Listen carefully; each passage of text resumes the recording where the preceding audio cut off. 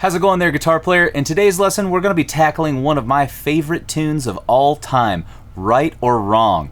This one is most popularly known in the Western swing genre thanks to Bob Wills' classic rendition and or renditions of this tune, but it was actually a jazz standard that was written in 1921, so this tune goes way back. It's really interesting too because we actually get to use kind of a really interesting interval, the flat sixth on top of our first chord here, giving us kind of an augmented tonality or flat 13 tonality, however you want to classify that. So if you're interested in any and all of those kind of things, buckle up and stay tuned for the rest of the lesson, okay?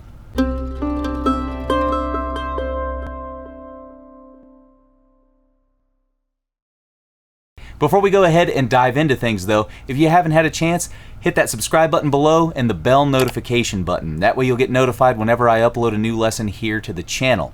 Also, if you're interested in things like PDFs of the tab and sheet music for today's lesson, as well as backing tracks and access to monthly Q&A calls where you can ask me any of your questions live in real time, check out that link below in the description to the Mandolin Secrets Guitar Club. There you'll find everything you need to know to access all of those extras.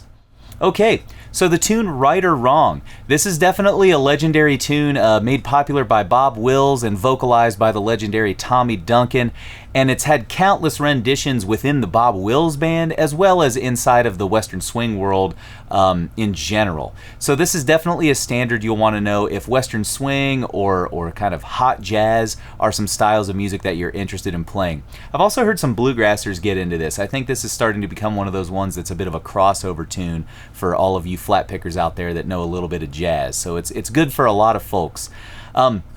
Like I mentioned in the intro, one of the coolest things about this tune is that the first note in the melody is a C natural, and the chord being played underneath of it is an E7. So if you've got a little bit of music theory behind you, you'll know that that's like a flat 13th note that's being played on top of that E7 chord, which gives us a really cool kind of dreamy, augmented tonality.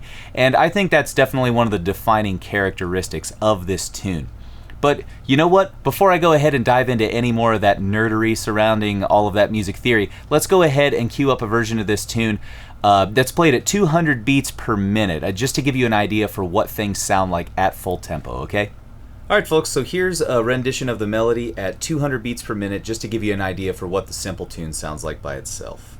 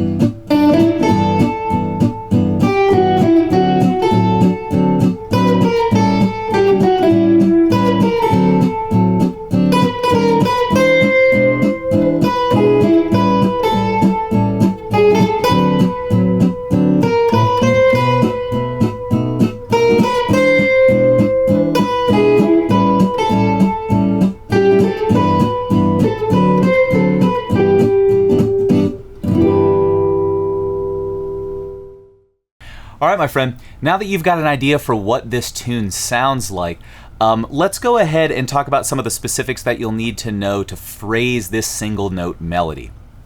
So in today's example, you may see me deviate from this a little bit, but I'm trying to use almost exclusively downstrokes on all of my melody notes. This is a pretty sparse melody with lots of space in it, and a lot of jazz folks, especially Western swing guys and gypsy jazz players, like to phrase almost all of their melody notes for these slow melodies with downstrokes. I think that's because the downstroke is generally a stronger articulation than the upstroke. So that's something you may want to experiment with as you're playing through the lesson.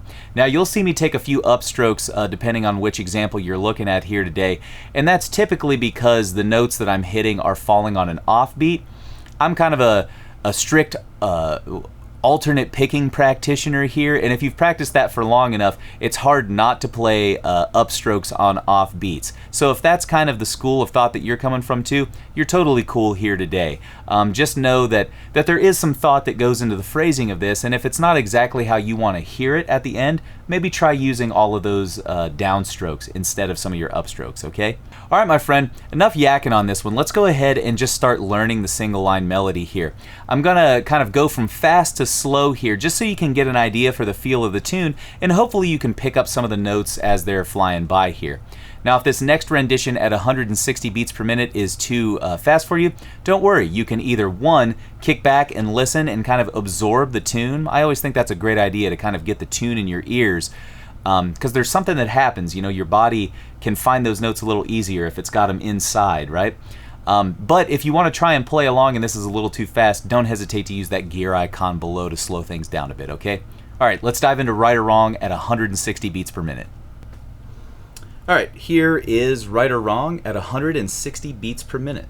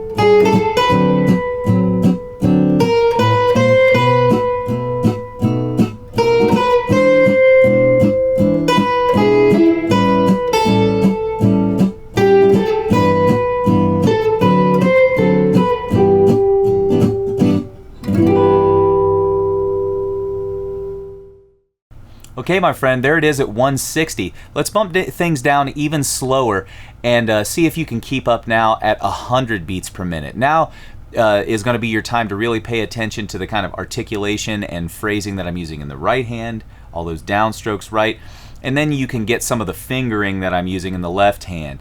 I'll say that for this tune, the left hand fingering is a little less important. There are a couple alternate fingerings that you could use, so just kind of be conscious of that and use whatever's most comfortable to you, okay? Let's go ahead and dive into Right or Wrong at 100 beats per minute. Okay, so here's Right or Wrong at 100 beats per minute.